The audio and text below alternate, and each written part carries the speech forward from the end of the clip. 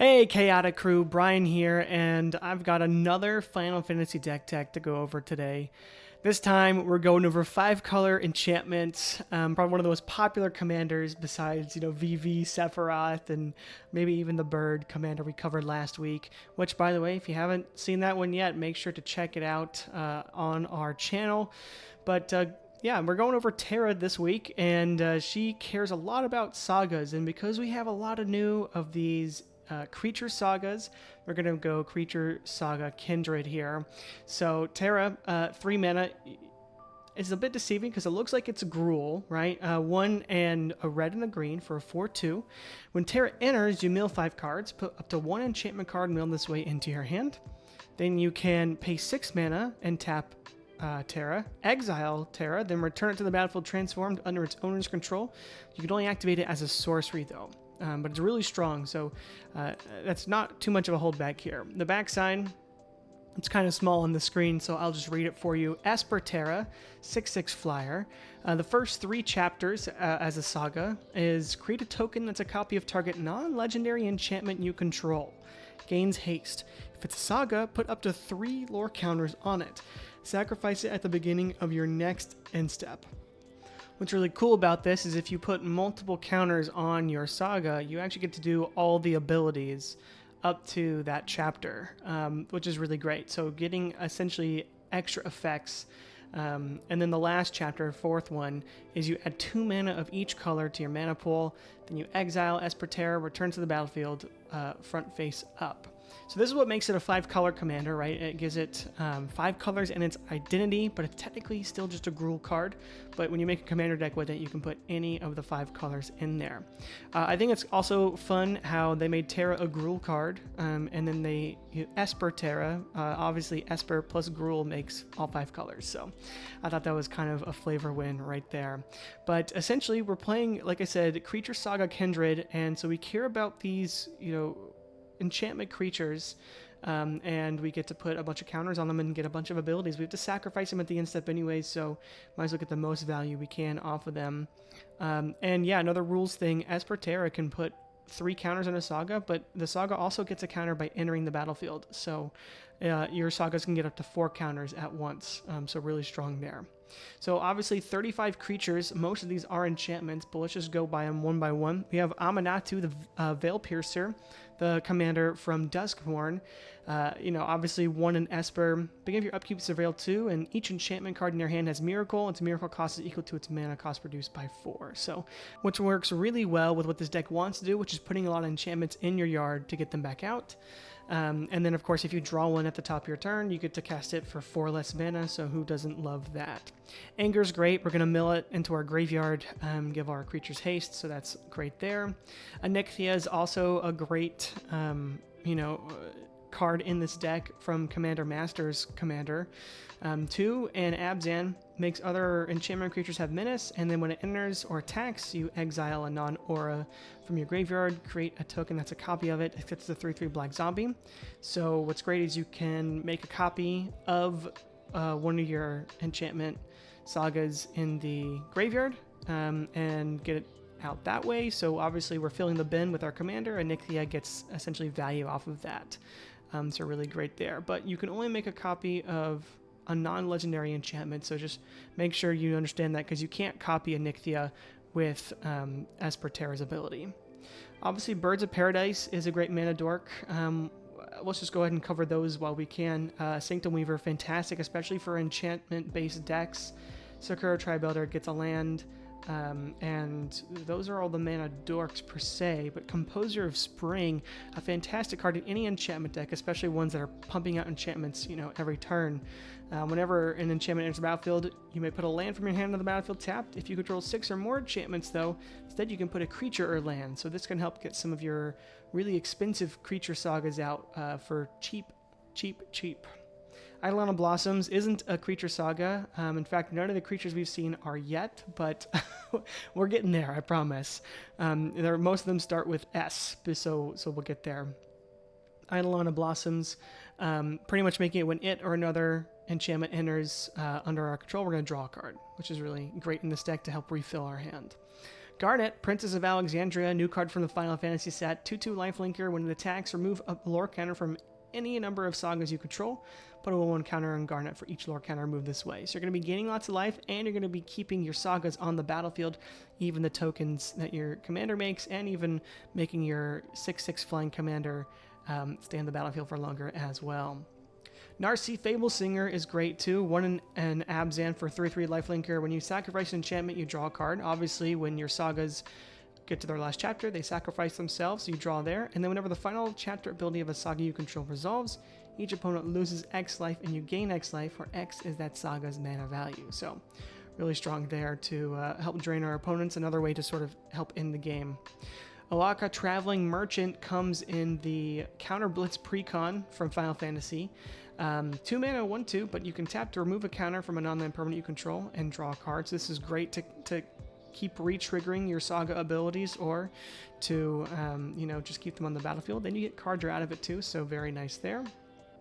Sakura Tribuilder, 1/1.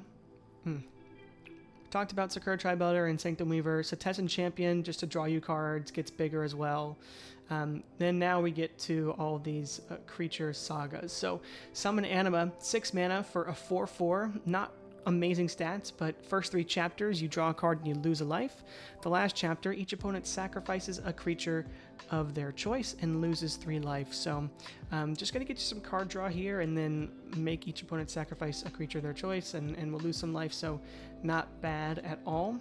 Summon Bahamut is probably the best one to come out of the set, or one of them anyways, but 9 mana for a 9/9 flyer.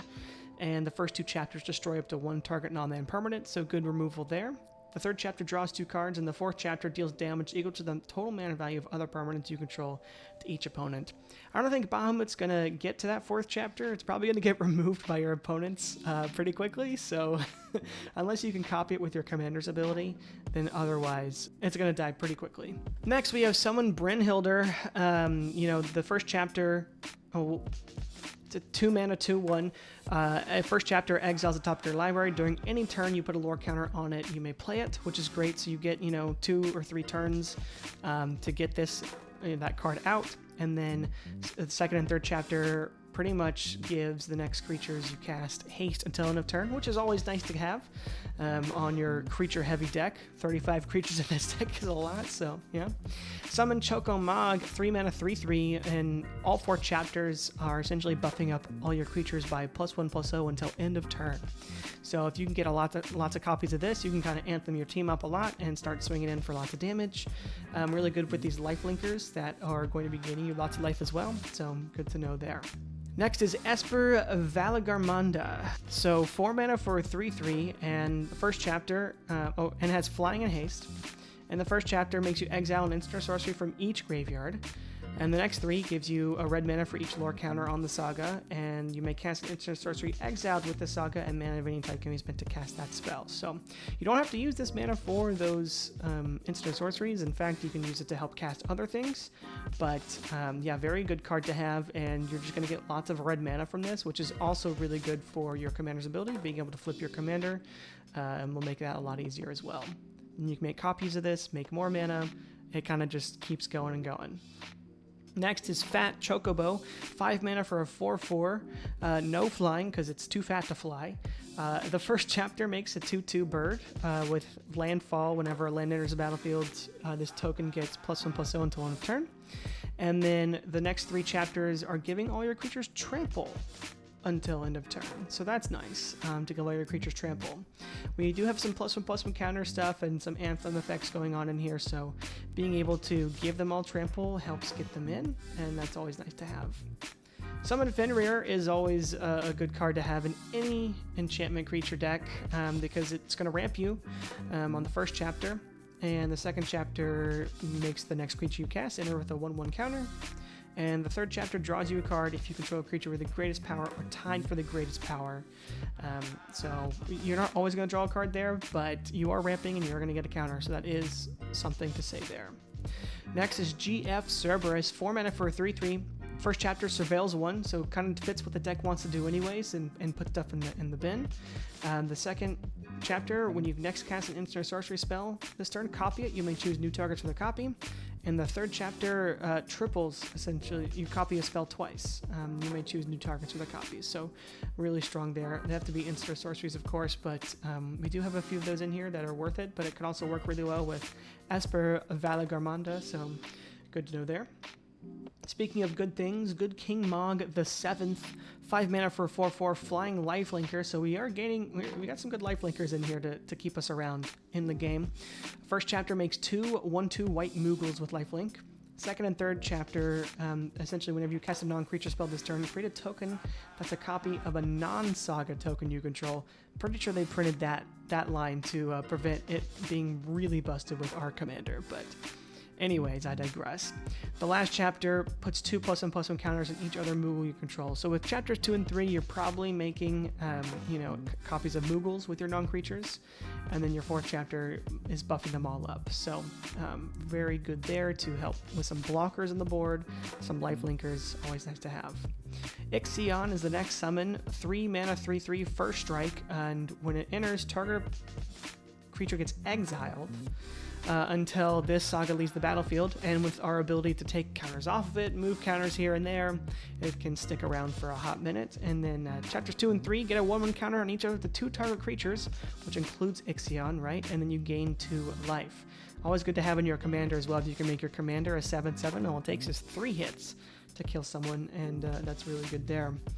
But yeah, Ixion's also great to have in the deck. Probably another one of the best summons. Knights of Round, 8 mana for a 3/3 indestructible. First 4 chapters give you 3 2/2 white knight creature tokens each, and the 5th chapter gives other creatures you control +2/+2 until end of turn. Put an indestructible counter on each of them. The reason this has a 5th chapter is so that Terra can't pop it off on one turn. So if you can proliferate, though, that is something you can do with your commander, but for the most part, you're just going to be getting a ton of triggers here. Next is Kujata, 6 mana for a 7/5 with Trample and Haste. The first chapter deals 3 damage to each of up to 2 target creatures, so good creature removal there. And then second chapter, up to 3 target creatures can't block, which is great when how we're trying to go wide. And then 3, discard a card, then draw 2 cards. When you discard a card this way, this creature deals damage equal to that card's mana value to each opponent. So if we're discarding a big enchantment, which we very well may be doing in this deck, can deal a lot of damage to our opponents there. Summon Leviathan, 6 mana, 6/6 with Ward 2. First chapter is a board wipe, essentially bouncing all non-sea creatures to their owner's hands, which is good because we can reset all of our sagas that we want to reset, right? And then until end of turn, whenever a Kraken, Leviathan, Merfolk, Octopus, or Serpent attacks, draw a card. There's the second and third chapter. So essentially in this deck, it's not doing a whole lot besides bouncing the board, letting us replay our sagas, and then drawing a card. That's pretty much all it does, so not amazing, but good to have when we need it, right? Synergizes with the deck. If we need to fetch this out of the graveyard with a Nixia or something, and we're just running way behind, this can kind of pull us out. Summon Mage's Sisters, 5 mana, 5/5 with Haste. Choose one at random. For all 3 chapters, you either get 3/1 counters on target creature, put a shield counter on target creature, you gain 3 life, and this creature fights up to 1 target creature an opponent controls. So this can be really good here, and any combination of these definitely help out. So not bad to have. Primal Garuda, 4 mana for a 3/3 flyer. First chapter deals 4 damage to target tapped creature and opponent controls. The next 2 chapters give another target creature we control +1/+0 and flying until end of turn, so helping get some of these creatures in that have lifelink maybe or whatnot, but yeah, pretty nice to have there. Next is Primal Odin, 6 mana for a 5/3. No keywords, but the first chapter destroys a creature an opponent controls, so that's really good to have. Second chapter gains when this creature deals combat damage to a player, that player loses the game. So don't let this bad boy in. If we can give it flying with Primal Garuda, that might be helpful. And then the last one, draw 2 cards, each player loses 2 life. So, and it does replace itself, and it's nice to have on the battlefield as well, so pretty neat there. Shiva, 5 mana, 4/5. First 2 chapters taps a creature opponent controls, puts a stun counter on it. Third chapter draws a card for each tapped creature opponent controls, so nice to have there. Summon Titan, 5 mana, 7/7 with a reach and trample. First one mills 5 cards, so right with what the deck wants to do. Then we have return all land cards from your graveyard to the battlefield tapped, which is really great for us since our commander might be milling a bunch of lands on the battlefield. And then third chapter gives another creature plus X and trample until end of turn, where X is the number of lands you control. So very good there to maybe buff up our commander for a win or buff up another one of our lifelinkers. Always good to have. Battle 4, 5 mana for a 5/4 flyer. First one, each opponent chooses a creature with the greatest mana value among creatures they control. Return them to their owner's hands, so bouncing all of our opponent's good stuff. Then the next 3 chapters are tapping up to 1 creature and putting a stun counter on it. So really good card here for controlling the board. A little bit of a pain in the neck for your opponents if you can just get this in the battlefield over and over and make copies of this one. It is a bit controlly and annoying to deal with, but this isn't the best deck out there, so, you know, they can live with that. Yojimbo, 3 and a white for a 5/5 with Vigilance. First chapter exiles an artifact, enchantment, or tapped creature.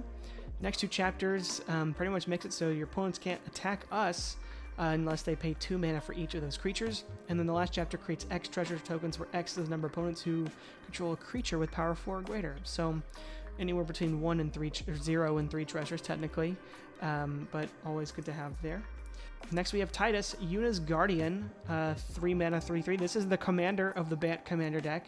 The cool thing about Titus is you can move these lore counters onto Titus, and they do nothing on him, but essentially keep your creatures in play, but also helps re-trigger their abilities turn after turn. Or you can move a counter onto another saga and trigger its next ability, right, if you really want that. So that's pretty cool there. That is a way where you can, you know, attack or essentially get your commander's trigger to get summon Knights of Around, get 12 Knights, and then buff them all up with Titus's ability to put another lore counter on it. So yeah, lots of fun you could have there. And then it also draws you cards and proliferates, so really good as well. Wild Seer is going to make it so that our enchantment spells we cast from our hand have Cascade, which is always wonderful to have in this deck. And then Yuna, Hope of Spira, 5 mana, 3/5. During your turn, Yuna and enchantment creatures you control have Trample, Lifelink, and Ward 2. Beginning of your end step, return up to 1 target enchantment from your graveyard to the battlefield with a finality counter on it. So what's great is some of these cards that can remove counters like Titus or Oaka can remove those finality counters and essentially make it so that Yuna is just an amazing engine for the deck. But yeah, well, it was a lot to go through all of those enchantments and creatures. Hopefully we'll go through the rest of this a bit quicker. Sorceries, we have got a couple board wipes. Blasphemous Edict is a fun one that I pulled recently, so I added it in here. Toxic Deluge, also a great way to just wipe the board. As far as ramp goes, we have Cultivate, we have Farseek, Kodama's Reach, Rampant Growth, which is all really good there. Esper Origins, which is a new card, Surveils 2, gain 2 life, and then if it was cast from your graveyard, you exile it transformed. What's great is it's another saga creature, and it's adding cards to your hand, it's making mana, it's buffing your creatures and giving them tramples, so it really does everything this deck wants it to do, and it's just a 4/4 as well, so really strong there. Clash of the Icons can remove a lore counter or add a lore counter, or even make a creature we control fight a creature opponent controls, which is always nice. Sabine's Reclamation can get some of these cheaper sagas out back on the battlefield, or some of our more valued creatures. Redress Fate gets them all, as well as a Resurgent Belief. Reanimate also helps with that as well, and Crufix's Insight is sort of a 3 mana draw 3, or, you know, draw 2, so pretty good there. Instance, we have Negate and Arcane Denial for counters, Noxious Revival to put maybe a spell back on top of our library that we milled with our commander, Path and Swords to get rid of creatures, Moon Mist as a fun tech in the deck, transform all humans, prevent all combat damage that will be dealt this turn by creatures other than werewolves and wolves. What's great about this is it reacts kind of strangely with your commander. It's going to transform it, but you won't get the first lore counter yet, because you only get it when it enters the battlefield and after your draw step. But then the next step after Moon Mist, you get a counter on it. Now, if this isn't the first turn you've had Terra in the battlefield and no longer has Summoning Sickness, when you transform it, you can actually attack with it. Whereas when you transform it the regular way, it re-enters and has Summoning Sickness again. So a fun little tech to have in the deck. Enchantments, we're running Animate Dead and Necromancy to get stuff out of the bin. Awaken the Undead Dead is removal, mills 3 cards, and then returns a creature or land from a graveyard to your hand, which is really nice. Ballad of the Black Flag, an Assassin's Creed saga that mills 3, then puts a historic card from among them into our hand. And sagas are historic, and then on the last chapter makes our historic spells cost 2 less. Bind of the Old Gods is good removal, gets a forest, and then gives our creatures Death Touch, which is fun. Copy Enchantment enters the battlefield as a copy of any enchantment, so typically one of our sagas. Echoing Assault makes more copies of our sagas that will trigger their first ability, which is always fun. Ashford's Invocation can be a copy of any saga, and then Fertile Ground is another ramp piece there. And then 36 lands. Nothing too crazy about these lands. We are running, just some generic lands like Timber Expanse, Evolving Wilds to help get some of these 5 colors. This is kind of a budget base where you can get Path of Ancestry, Fabled Passage. We do have Shifting Woodland and Starting Town. You don't have to put these in the deck. You can do a lot of other stuff too, but I think it works pretty well. Let's do run a couple of hands here. We do have, interestingly enough, 1 land. So we're going to mulligan. Okay, 2 lands is better, and we do have a Cultivate, so if we can draw into the 3rd one, we'll be good. So I say we risk it. We do draw into Fabled Passage. Let's play the Fabled Passage first, actually, and crack it for a mountain. Close and shuffle. Turn 2. We are going to play the forest. If we had done Prayer Stream first, we would have had to Fabled Passage the next turn, so we wouldn't have been able to play Garnet anyways. And then next turn, it's great. Prayer Stream will come in untapped, and then we will Cultivate, which is good, and we're going to get a Swamp and a Swamp and a... Plains. Swamp to the battlefield, Plains to the hand.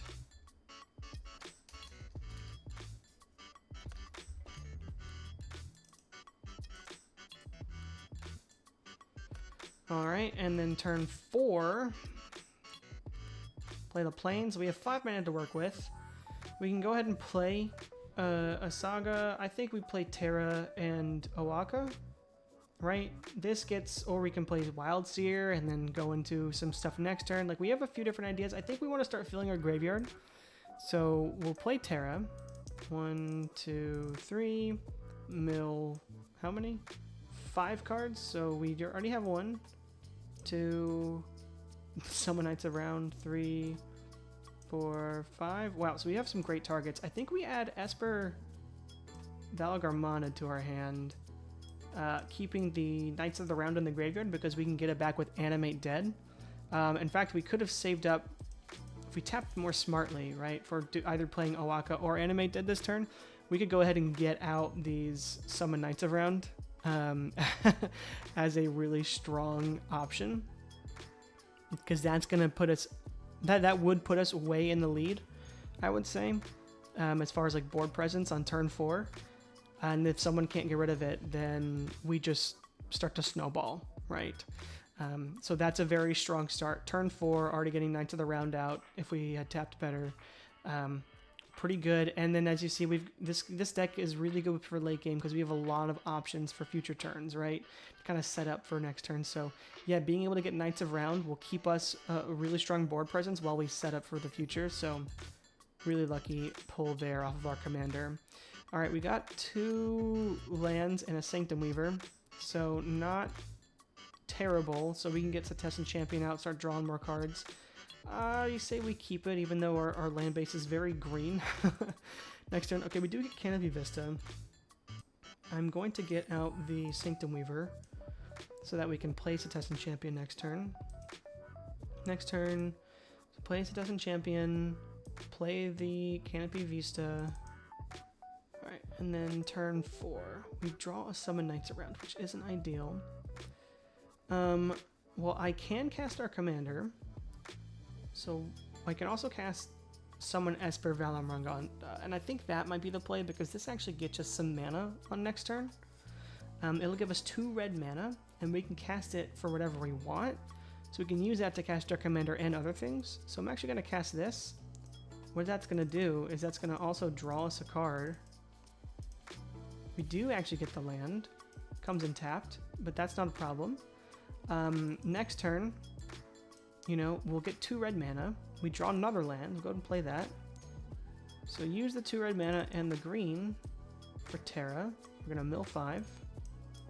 2, 3, 4, 5. So we can get Ixion or Eidolon of Blossoms to our hand. I think getting either is good. Lots more card draw is always helpful, so I think that's probably the best. It's also higher mana value for our Wild Seer. We could play Wild Seer this turn. We could also Moon Mist if we wanted to. There's a lot of options. Yeah, we could play Eidolon of Blossoms and then hold up a white for, or I guess have 3 mana. This is also an instant. Moon Mist being an instant is so great because we could essentially play Eidolon of Blossoms, draw a card, and make it so that our next opponent's in step, we flip our commander, and then our commander makes copies of Summon Esper Valamargon, so giving us lots of mana, and then yeah, oh my gosh, that's a lot. So yeah, I mean, this deck is super strong, and I think, you know, even with a budget land base, you can do a lot of dirty work with this deck. If you're building Terra, let me know what cards you're putting in, what cards you're taking out. I hope you enjoyed the deck tech. Make sure to check out all of our Final Fantasy pre-con upgrades as well. We know, you know, I'm going to be out of town this upcoming week, so I know their Edge of Eternities is getting spoiled, but going to have another Final Fantasy deck, and then we're going to go to Edge of Eternities, but hope you stick with it all the way. Make sure to like the video if you enjoyed it, subscribe to the channel if you want to see more, and otherwise I'll see you guys next time. Bye.